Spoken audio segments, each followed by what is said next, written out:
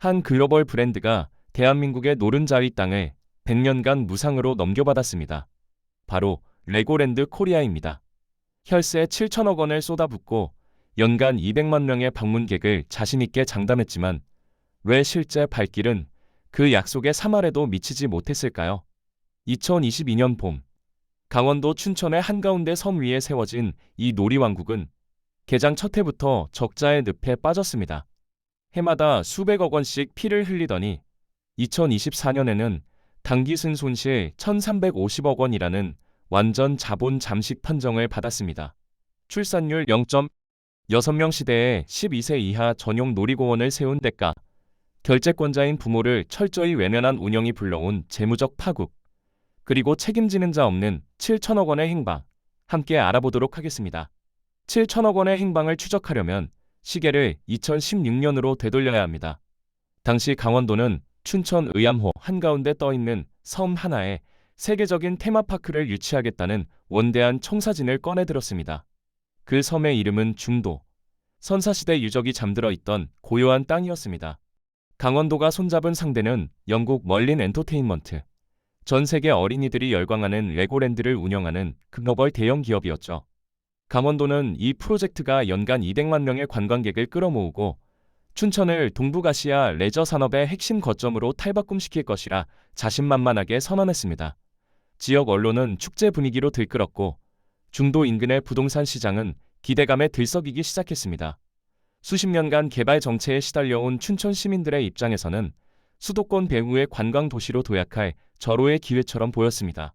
그런데 이 화려한 청사진 뒤에는 도저히 납득하기 어려운 계약 조건이 숨어 있었습니다. 강원도가 멀린에 제시한 핵심 카드는 중도 부지의 100년 무상 임대였습니다. 한 색입니다.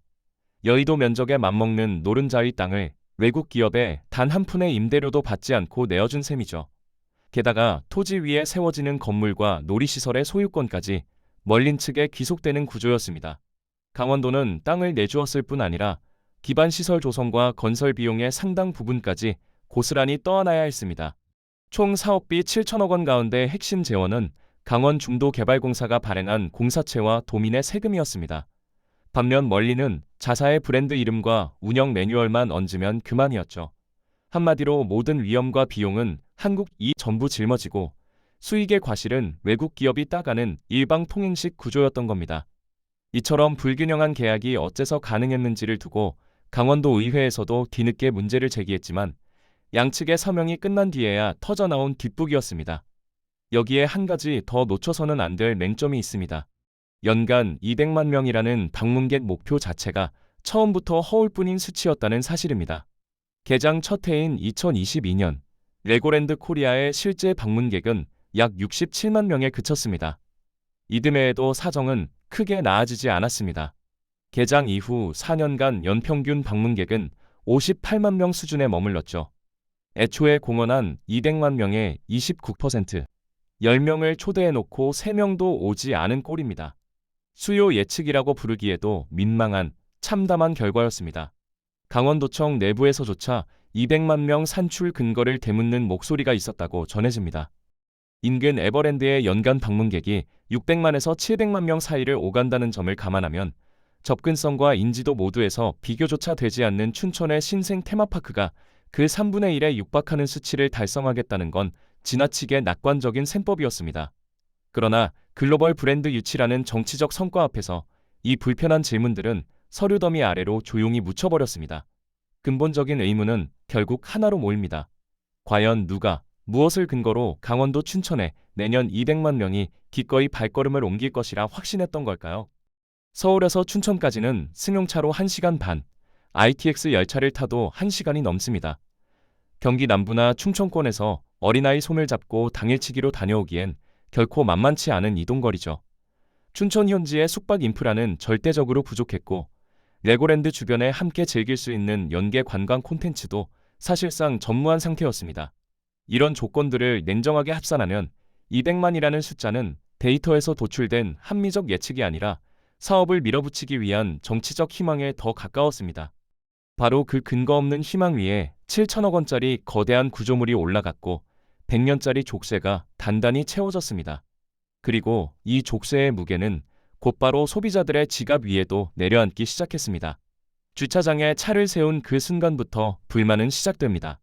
레고랜드 코리아를 방문한 부모들이 가장 먼저 마주치는 것은 화려한 레고성이 아니라 끝이 보이지 않는 600m의 도보 구간입니다. 주차장에서 셔틀 승강장까지 한여름이면 땡볕이 내리쬐는 아스팔트 위를 유모차를 밀며 터벅터벅 걸어야 하죠. 한겨울에는 강원도 특유의 매서운 칼바람이 수면을 타고 뼛속까지 사정없이 파고듭니다. 아이의 손을 잡은 부모에게 이 600m는 단순한 물리적 거리가 아닙니다. 입장도 하기 전에 체력과 기대감을 동시에 깎아내는 첫 번째 관문이죠. 디즈니랜드는 주차장에서 메인 게이트까지의 동선 자체를 하나의 몰입 경험으로 설계합니다. 모노레일을 태우고 테마 음악을 틀고 캐릭터를 곳곳에 배치해서 기대감을 한껏 끌어올리죠. 반면 레고랜드 코리아가 땀에 젖은 부모들에게 안긴 첫인상은 먼지와 피로, 그리고 이게 정말 글로벌 테마파크가 맞느냐는 뿌리 깊은 의구심이었습니다. 간신히 입장 게이트를 통과해도 상황은 전혀 나아지지 않습니다. 레고랜드의 1일 이용권 가격은 성인 기준 5만원대 후반에서 6만원을 넘나들었습니다. 내 식구가 방문하면 입장료만으로 서울 근교 하루 나들이 전체 경비에 맞먹는 금액이 순식간에 사라지죠. 문제는 이 적지 않은 가격에 걸맞은 경험이 전혀 돌아오지 않는다는 데 있습니다. 내부 어트랙션 대부분은 2세에서 12세 사이의 저연령층에 초점을 맞춰 설계되어 있어서 정작 지갑을 여는 결제권자인 부모는 할 것이 없습니다. 아이가 놀이기구를 타는 동안 그늘조차 부족한 벤치에 앉아 멍하니 기다리거나 좁은 광장을 서성이는 것이 어른에게 주어진 전부였습니다. 가족 모두가 함께 탑승할 수 있는 대형 스릴 라이드는 손에 꼽을 정도였고, 있는 기구마저도 대기 시간 대비 실제 탑승 시간은 처참할 만큼 짧았습니다. 에버랜드의 티익스프레스나 롯데월드 아틀란티스에서 느꼈던 그 짜릿한 한 방이 이곳에서는 철저하게 빠져 있었던 겁니다. 소비자들의 불만이 한꺼번에 폭발한 결정적 지점은 먹거리였습니다. 파크 내부 식음료 가격은 바깥 일반 식당에서 먹는 것에 거의 2배에 달했습니다. 간단한 햄버거 세트 하나에 15,000원을 훌쩍 넘기고 아이 간식용 음료와 과자까지 더하면 내 식구 점심 한 끼에 10만원이 육박하기도 했죠. 결과적으로 부모들의 대응은 아주 명확했습니다. 전날 밤 집에서 김밥을 말고 반찬통에 도시락을 싸들고 오는 것입니다. 실제로 레고랜드 정문 앞에는 쿨러백과 도시락 카트를 끌고 입장하는 가족들의 행렬이 일상적인 풍경으로 굳어졌습니다. 테마파크에서 식음료 매출은 입장권 다음으로 큰 핵심 수익원인데 그 파이프라인이 소비자 스스로의 합리적인 판단에 의해 완전히 차단되어 버린 셈이죠. 비싸다는 불만은 단순히 가격표에 찍힌 숫자의 문제만이 아니었습니다. 지불한 비용 대비 돌아오는 만족감이 터무니없이 낮다는 가성비의 근본적인 붕괴가 진짜 본질이었습니다. 접근성의 벽도 치명적이었습니다. 서울에서 자가용으로 1시간 반, 대중교통을 이용하면 2시간이 훌쩍 넘는 거리. 어린 자녀를 데리고 당일치기 나들이를 감행하기에는 심리적 마지노선을 아슬아슬하게 넘어서는 위치입니다.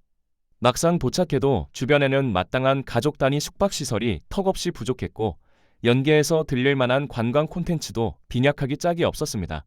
레고랜드 하나만을 목적으로 왕복 3시간 이상을 기꺼이 투자해야 하는 구조에서 재방문 의사는 급격히 떨어질 수밖에 없었죠. 비싸고 멀고 재미없다. 소비자들 사이에서 돌기 시작한 이 3글자짜리 혹평은 온라인 육아 커뮤니티와 맘카페를 타고 들불처럼 퍼져나갔습니다. 한번 굳게 닫힌 부모들의 지갑은 좀처럼 다시 열리지 않았고 궁지에 몰린 레고랜드는 수익성이라는 마지막 보루마저 내던지며 가격 할인이라는 최후의 카드를 꺼내들 수밖에 없었습니다. 할인의 강할은 처음부터 양면이었습니다. 2023년 하반기 레고랜드는 윈터패스라는 이름의 시즌 한정 이용권을 내놓았습니다. 가격은 정상 1일 이용권의 절반에도 미치지 못하는 파격적인 수준이었죠. 뒤이어 서머패스, 스프링패스가 줄줄이 쏟아졌고 급기야 연간 회원권까지 대폭 할인된 가격에 풀리기 시작했습니다. 전략의 의도는 분명했습니다. 일단 사람을 끌어모아 방문객 숫자를 만들어 놓고 그 숫자를 무기 삼아 외부 투자 유치와 브랜드 신뢰 회복의 발판으로 삼겠다는 것이었죠. 가격을 낮추면 일단 문턱은 낮아지니까요. 실제로 결과는 즉각적으로 나타났습니다. 2024년 방문객은 전년 대비 16% 증가했다는 보도가 나왔고, 레고랜드 측은 이 수치를 대대적으로 홍보하며 본격적인 회생의 신호탄이라 자축했습니다. 겉으로만 보면 그럴듯한 반전의 서막처럼 보였습니다. 그러나 화려한 숫자의 이면을 들여다보면 풍경은 완전히 달라집니다. 방문객이 늘어난 만큼 객단가는 곤두박질 쳤습니다. 정상가 6만원짜리 입장권을 2만원대 시즌권으로 뿌린 셈이니 사람이 많아질수록 오히려 한 명당 실질 수익은 쪼그라드는 역설적인 구조가 만들어진 겁니다. 연간 회원권 보유자들은 주말마다 가볍게 들르지만 이미 입장료를 선불로 지불한 상태이기 때문에 파크 안에서의 추가 소비에는 극도로 인색합니다. 내부에서 벌어지는 광경은 이 문제를 적나라하게 보여줬습니다. 쿨러백에 생수와 음료수를 잔뜩 넣어온 가족들, 잔디밭 한쪽에 돗자리를 펼치고 집에서 싸운 도시락을 꺼내 소풍 분위기를 내는 연간 회원 단골들, 유료 식음료 매장 앞은 한산하기 짝이 없는데 야외 잔디밭만 북적이는 기묘한 풍경이 매주 주말마다 어김없이 반복되었습니다. 테마파크 경영의 핵심 건전성 지표인 객단가와 원내 부대 소비율이 동시에 바닥을 향해 무너지고 있었던 것이죠. 이른바 락인 전략도 예상과 정반대의 역효과를 냈습니다. 연간 회원권으로 소비자를 묶어두면 안정적인 재방문이 보장될 것이라는 계산이었지만 현실에서 벌어진 일은 전혀 달랐습니다. 헐값에 회원권을 구매한 소비자들은 레고랜드를 프리미엄 테마파크가 아니라 주말에 잠깐 들르는 동네 놀이터 정도로 인식하기 시작했습니다. 한두 시간 산책하듯 들렀다가 가볍게 빠지는 패턴이 굳어졌고, 기념품 매장이나 캐릭터 빌드 체험관 같은 유료 부대 시설의 매출은 바닥을 기었습니다. 방문 횟수는 늘었지만 1인당 평균 체류 시간과 실제 지출 규모는 오히려 줄어드는 전형적인 박리담의 늪에 깊이 빠져든 셈입니다. 글로벌 프리미엄 테마파크를 표방하던 브랜드의 고급스러운 이미지는 이 과정에서 돌이킬 수 없을 만큼 훼손되었습니다. 한번 싸구려로 각인된 브랜드 인식은 다시 가격을 올려도 좀처럼 되돌아오지 않는다는 것이 마케팅의 기본 원칙인데, 레고랜드는 그 뼈아픈 원칙을 스스로의 손으로 증명해버린 꼴이었습니다. 할인이 고객에게 가르친 것은 충성심이 아니라 정상가에는 절대 오지 않아도 된다는 학습이었던 겁니다. 결국 이 무차별적인 할인 공세가 남긴 것은 매출 성장이 아니라 출혈의 가속화였습니다. 방문객 16% 증가라는 헤드라인은 화려했지만 같은 기간 영업 손실은 오히려 더 깊은 수렁으로 빠져들었습니다. 정상가로 받았으면 생겼을 수익이 시즌권 할인분만큼 고스란히 허공으로 증발한 것이죠. 놀이기구 유지보수비, 인건비, 전기료 같은 고정 비용은 방문객 수와 무관하게 매달 꼬박꼬박 빠져나갑니다. 그 단단한 고정비를 감당하기에 헐값 입장료 수입만으로는 턱없이 부족했습니다. 사람은 늘었는데 금고에서는 돈이 더 빠르게 새어나가는 구조. 의학에 비유하자면 환자에게 수혈을 하면서 동시에 동맥을 절개한 격이었습니다. 이 자해적 출혈의 규모가 과연 얼마나 처참했는지는 2024년도 재무제표가 적어 올린 냉혹한 숫자들 앞에서 더 이상 감출 수 없게 됩니다. 2024년 감사보고서가 공개되었을 때 숫자는 단 한 줄의 변명도 허락하지 않았습니다. 영업손실 197억 원, 당기순손실 1,350억 원, 완전 자본 잠식이라는 네 글자가 재무제표 위에 낙인처럼 찍혔습니다. 완전 자본 잠식이란 회사가 보유한 자본금 전부를 누적된 적자가 갉아먹고도 모자라 마이너스 영역까지 깊이 파고든 상태를 뜻합니다. 쉽게 말해 이 회사는 장부위에서 이미 사망 선고를 받은 것이나 다름없었습니다. 투입된 혈세 7천억 원 가운데 1,350억 원이 단 한 해 만에 허공으로 증발한 셈이죠.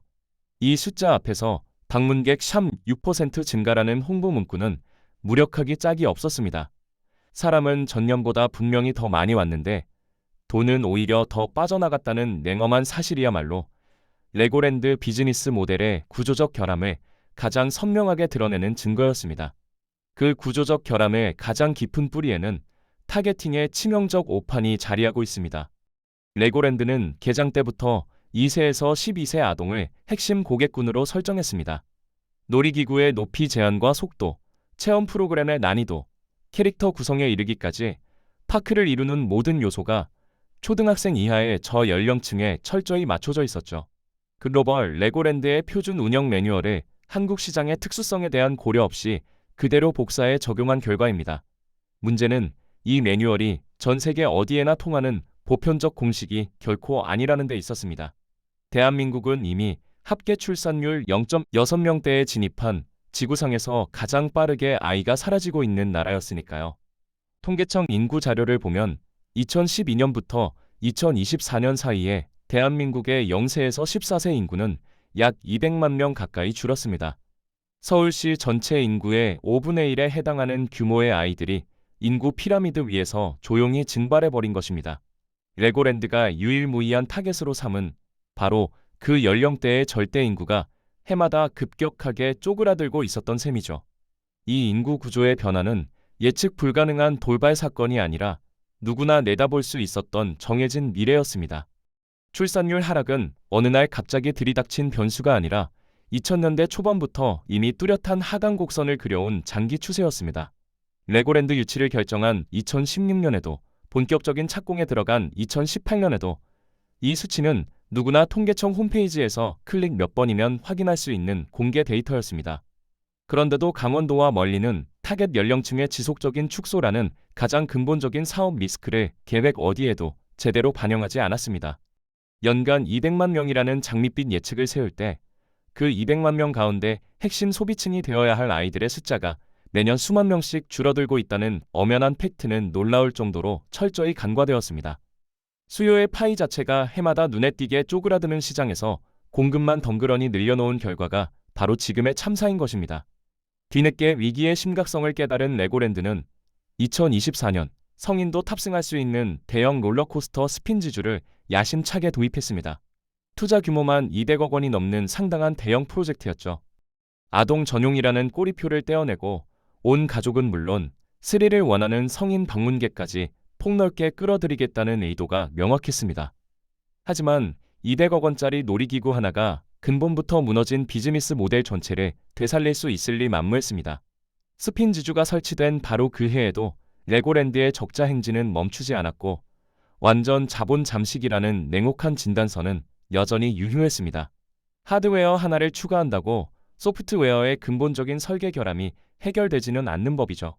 줄어드는 아이, 굳게 닫힌 부모의 지갑, 바닥을 뚫은 객단가라는 삼중의 악재 위에서 레고랜드의 운영 방식마저 비정상의 영역으로 밀려나기 시작했습니다.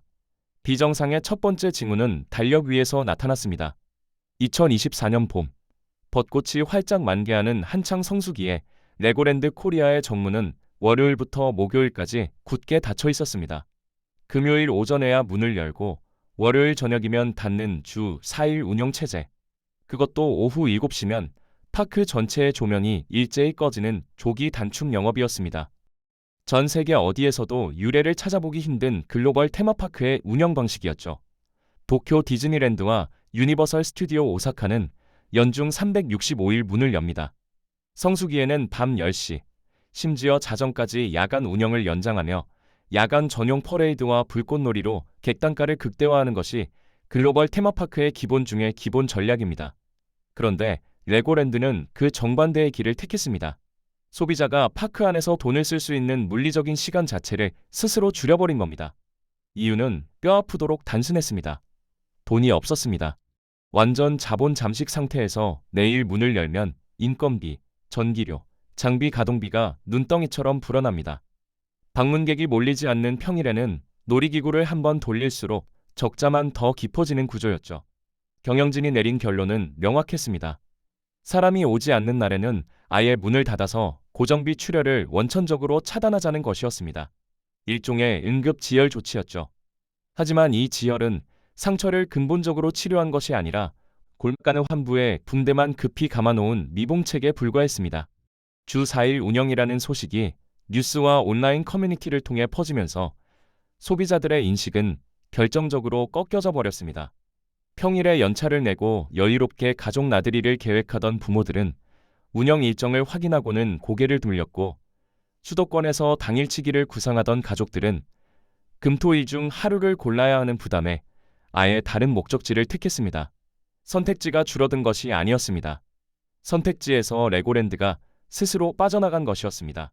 운영 시간의 축소는 단순한 영업일 감소를 넘어 브랜드의 근본적인 정체성까지 흔들어 놓았습니다. 글로벌 프리미엄 테마파크라는 번듯한 간판을 내걸고도 동네 놀이공원보다 못한 운영 일수를 유지한다는 사실은 소비자들에게 하나의 명확한 메시지를 던졌습니다. 이곳은 가볼 만한 여행지가 아니라 하루하루 겨우 버텨내고 있는 곳이라는 메시지였죠. 온라인 커뮤니티에서는 레고랜드를 주 4일 근무하는 놀이공원이라 조롱하는 게시글이 올라왔고, 육아 카페에서는 운영 요일을 확인하다가 아예 여행 계획 자체를 접었다는 후기가 심심찮게 등장했습니다. 소비자의 신뢰를 한번 잃은 브랜드가 다시 그 신뢰를 되찾는 데는 잃을 때의 몇 배에 달하는 시간과 비용이 필요하다는 것이 마케팅의 기본 상식입니다. 하지만 지금의 레고랜드에게는 그 시간도 그 비용도 이미 남아있지 않았습니다. 더욱 심각한 문제는 이 운영 축소가 내부의 인력 구조에까지 연쇄적으로 악영향을 미쳤다는 점입니다. 주 4일 체제에서는 숙련된 정규직 운영 인력을 안정적으로 유지하기가 극히 어렵습니다. 놀이기구 안전관리, 정밀 기계 조작, 현장 고객 응대에 필요한 전문 인력이 하나둘 이탈하면 서비스의 품질은 자연스럽게 떨어지게 됩니다. 실제로 방문객들이 남긴 후기 가운데는 놀이기구 대기줄 안내가 부실했다거나 일부 어트랙션이 인력 부족으로 아예 가동 중지되어 있었다는 불만이 적지 않았습니다. 비용을 줄이려고 운영 일수를 줄이면 방문 경험의 질이 떨어지고, 경험의 질이 떨어지면 방문객이 줄고, 방문객이 줄면 다시 비용을 줄여야 하는 죽음의 나선형 고리가 완성된 것입니다. 레고랜드는 이 악순환의 소용돌이 한가운데에서 스스로 빠져나올 동력을 완전히 잃어가고 있었습니다. 그렇다면 같은 시기, 같은 저출산이라는 시장 환경 속에서 전혀 다른 방식으로 살아남은 테마파크들은 대체 무엇이 달랐던 걸까요? 레고랜드가 200억 원짜리 롤러코스터 한 대로 기사회생을 꾀하던 바로 그 시기, 용인의 에버랜드는 놀이기구를 한 대도 새로 짓지 않고 역대급 방문객을 끌어모으고 있었습니다. 비결은 하드웨어가 아니라 소프트웨어, 즉 콘텐츠의 힘이었습니다. 2023년 에버랜드를 폭발적으로 견인한 주인공은 아이언맨도 새로운 절규 머신도 아닌 판다 한 마리였습니다. 푸바오, 중국에서 건너온 자이언트 판다 부부의 첫 번째 한국 태생 새끼가 유튜브와 SNS를 통해 전례 없는 국민적 팬덤을 형성했고, 그 뜨거운 팬덤은 곧바로 에버랜드 입장객 수로 직결되었습니다. 파를 보기 위해 평일에도 긴 줄을 선 방문객 가운데 상당수는 아이 없이 온 2030 세대 성인들이었습니다. 테마파크의 전통적 핵심 타겟인 가족 단위 고객에 더해 성인 팬덤이라는 완전히 새로운 수익 파이프라인이 활짝 열린 셈이었죠. 에버랜드는 여기서 멈추지 않았습니다. 일본 상리오의 인기 캐릭터를 활용한 대형 팝업 이벤트를 파크 내에 유치했습니다. 시나모롤과 쿠로미로 도배된 대형 포토존과 한정판 굿즈 매장 앞에는 젊은 여성 방문객들의 행렬이 끊이지 않았습니다. 이들은 놀이기구를 타러 온 것이 아니었습니다. 예쁜 사진을 찍고 한정판 인형을 손에 넣고 캐릭터 테마 카페에서 음료를 마시러 온 것이었죠. 놀이기구 한 대 추가하지 않았는데도 원내 평균 체류 시간은 자연스럽게 늘어났고, 굿즈와 식음료를 통한 부대 수익은 눈에 띄게 치솟았습니다.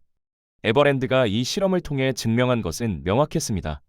저출산 시대의 테마파크가 살아남으려면 아이만 겨냥해서는 절대 안 되며, 어른의 지갑을 자발적으로 기꺼이 열게 만드는 콘텐츠 전략이야말로 생존의 핵심이라는 것이었습니다. 바다 건너 일본에서는 더욱 극단적인 실험이 성공을 거두고 있었습니다. 도쿄 근교 사이타마현의 세이부엔 유원지는 한때 폐장 직전까지 몰렸던 낡은 놀이공원이었습니다. 놀이기구는 수십 년 된 골동품 수준이었고, 시설 노후화가 심각해 방문객은 해마다 줄어들었죠. 그런데 2021년 세이부에는 전혀 예상치 못한 방향으로 대대적인 리뉴얼을 단행했습니다.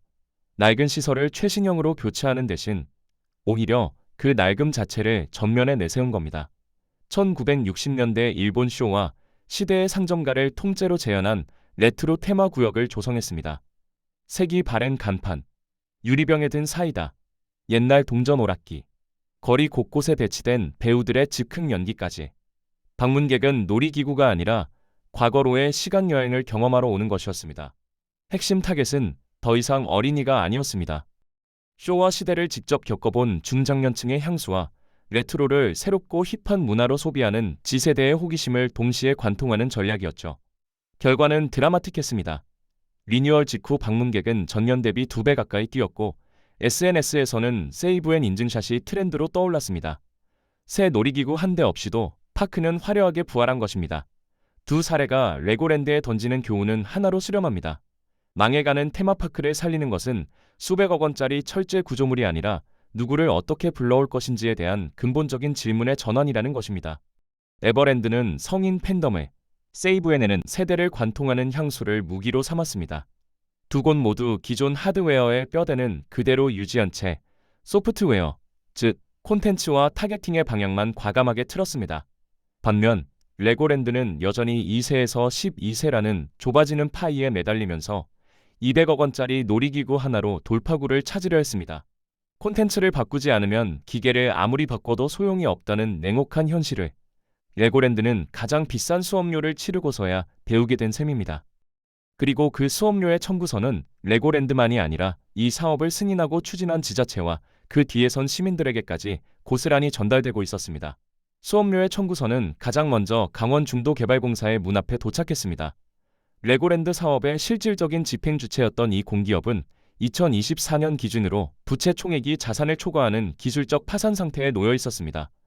공사가 레고랜드 건설을 위해 발행한 채권은 수천억 원 규모에 달했는데 정작 레고랜드가 벌어들이는 수익으로는 이자조차 감당하기 어려운 상황이 계속되었습니다. 돈을 빌려 놀이공원을 지었는데 그 놀이공원이 빚의 이자도 갚지 못하는 구조. 이것은 단순한 경영 적자가 아니라 상환 능력 자체가 증발해버린 재정적 뇌사 상태였습니다.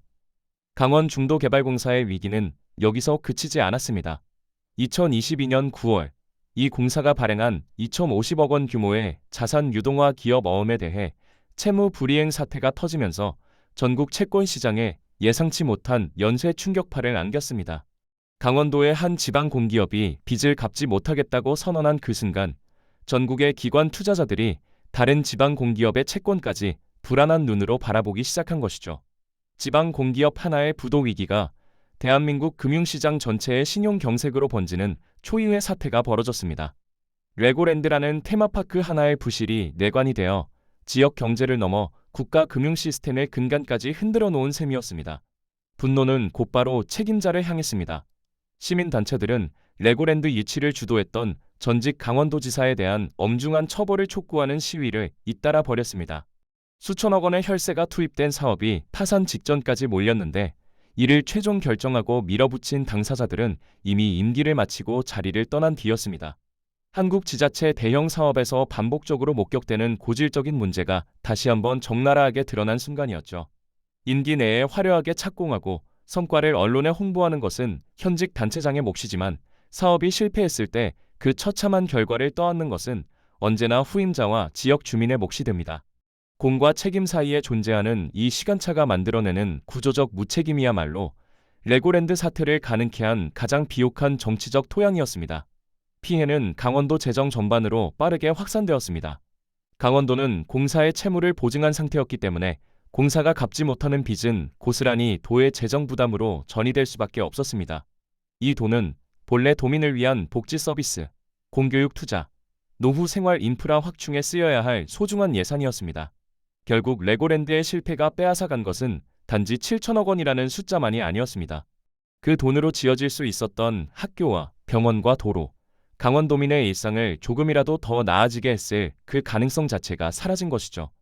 외자 기업인 멀린 엔터테인먼트는 100년 무상 임대라는 유리한 조건 아래서 브랜드 사용료를 꼬박꼬박 챙기며 리스크를 최소화한 반면 사업 실패의 직접적 타격은 한국 측이 거의 전부를 흡수하는 형국이었습니다.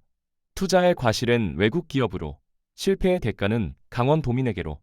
이 불균형한 손익구조를 뻔히 보고도 계약서에 서명했던 당시 의사결정권자들의 판단 근거는 지금까지도 명확하게 규명되지 않은 채 남아있습니다. 더 큰 문제는 이 값비싼 사태의 교훈이 아직까지 제도적으로 반영되지 않았다는 점입니다. 전국의 지자체들은 여전히 대형 관광 레저 프로젝트를 경쟁적으로 유치하고 있고 수요 예측의 객관성을 사전에 검증하는 독립적인 견제 시스템은 여전히 미비한 실정입니다. 장밋빛 숫자가 정치적 성과욕과 결합했을 때 아무도 제동을 걸지 못하는 구조. 바로 그것이 레고랜드를 만들었고 언제든 제2, 제3의 레고랜드를 만들어낼 수 있는 토양으로 고스란히 남아있습니다. 춘천 의암호 위 중도에 세워진 7천억 원짜리 구조물은 그 자체로 대한민국 지자체 사업의 구조적 실패를 증언하는 가장 값비싼 기념비가 되어가고 있었습니다. 기념비는 아직 완성되지 않았습니다. 이미 지어진 7천억 원짜리 시설을 허물고 섬을 원래대로 되돌릴 수는 없는 노릇입니다. 매몰 비용은 어떤 방법으로도 회수할 수 없지만 남아있는 자산을 앞으로 어떻게 활용하느냐에 따라 최종적인 손실의 크기는 충분히 달라질 수 있습니다. 레고랜드가 지금의 깊은 나락에서 벗어나려면 오랫동안 집요하게 붙잡아온 두 가지 고집을 완전히 꺾어야 합니다. 첫째, 2세에서 12세 아동 전용이라는 타겟팅의 견고한 벽을 근본부터 허무는 것입니다. 합계 출산율 0.6명 시대에 오직 아이만 겨냥하는 테마파크는 내년 핵심 고객풀이 구조적으로 줄어드는 느린 사형 선고를 받은 것이나 다름없습니다. 에버랜드가 판다 팬덤과 산리오 팝업으로 일본 세이브앤이 쇼와 레트로 감성으로 증명했듯이 성인의 발길과 지갑을 자발적으로 열게 만드는 콘텐츠 전환 없이는 어떤 할인 정책도 어떤 신규 놀이기구도 이 근본적인 하락세를 되돌리기는 불가능합니다. 구체적인 방향의 실마리는 이미 눈앞에 보이고 있습니다. 레고라는 브랜드에는 아직 강력하게 살아있는 자산이 하나 남아 있습니다. 바로 성인 레고 매니아, 이른바 키덜트 시장입니다. 전 세계적으로 성인 대상 레고 제품군의 매출은 해마다 두 자릿수 성장을 꾸준히 이어가고 있습니다. 레고 아키텍처, 레고 테크닉, 레고 아이디어 같은 고난도 정밀 조립 시리즈는 20대에서 40대 성인들의 취미 시장에서 확고한 입지를 구축한 지 오래죠. 이 방대한 성인 팬덤을 오프라인 파크 안으로 끌어들이는 것이 전환의 첫 번째 열쇠입니다. 성인 전용 야간 개장을 정규 프로그램으로 도입하고 대형 레고 아트 전시회와 한정판 콜라보레이션 굿즈 판매 이벤트를 결합한다면 지금의 아동 전용 낮고원과는 완전히 결이 다른 프리미엄 브랜드 경험을 창출할 수 있습니다. 밤에 레고랜드가 낮에 레고랜드와 전혀 다른 공간으로 탈바꿈하는 것, 그것이야말로 하나의 시설로 두 개의 서로 다른 시장을 동시에 공략하는 가장 현실적인 생존 전략입니다. 둘째로 꺾어야 할 고집은 프리미엄이라는 허상에 대한 집착입니다. 글로벌 브랜드의 자존심을 내세우며 높은 정상가를 고수하다가 결국 헐값 덤핑으로 추락한 현재의 가격 정책은 명백하게 실패했습니다. 차라리 처음부터 춘천 시민과 강원도민을 위한 철저한 가성비형 지역 밀착형 공원으로 포지셔닝을 확 바꾸는 것이 훨씬 더 현실적인 생존 전략일 수 있습니다. 지역민 전용의 파격적인 연간 패스를 상시 도입하고 춘천의 대표 먹거리인 닭갈비와 막국수 맛집들을 파크 내 식음료 구역에 직접 입점시켜 지역 상권과의 실질적인 상생 구조를 만드는 겁니다. 레고랜드가 춘천 시민의 주말 일상 속 공원이 되면 강원도민 150만 명이라는 가장 가깝고 안정적인 잠재 고객풀을 확보할 수 있습니다. 멀리서 한번 와주는 외지 관광객보다 가까이에서 자주 찾아오는 지역 주민이 장기적으로 훨씬 더 단단한 수익 기반이 될 수 있다는 발상의 근본적 전환이 절실한 시점입니다. 물론 이 모든 전환에는 멀린 본사와의 운영 계약 재협상이라는 거대한 장벽이 남아 있습니다. 100년 무상 임대 조건 아래서 한국 측이 얼마만큼의 운영 자율성을 실질적으로 확보할 수 있느냐가 결국 이 파크의 생사를 가를 마지막 변수가 될 것입니다. 결국 레고랜드 사태가 남긴 핵심 교훈은 하나로 압축됩니다. 결제권자를 배려하지 않은 비즈니스는 아무리 화려한 글로벌 브랜드를 입혀도 반드시 무너진다는 것입니다. 이 교훈은 비단 레고랜드만의 이야기가 아닙니다. 수요 예측의 객관성 없이 정치적 성과만으로 밀어붙여지는 대한민국의 수많은 지자체 대형 사업들 역시 지금 이 순간에도 똑같은 전철을 밟을 위험 앞에 서 있습니다. 여러분은 레고랜드가 어떻게 바뀌어야 다시 기꺼이 지갑을 여시겠습니까? 오늘 영상이 유익하고 재밌으셨다면 구독과 좋아요 부탁드리겠습니다. 영상 제작에 큰 힘이 됩니다. 다음 영상에서 뵙겠습니다.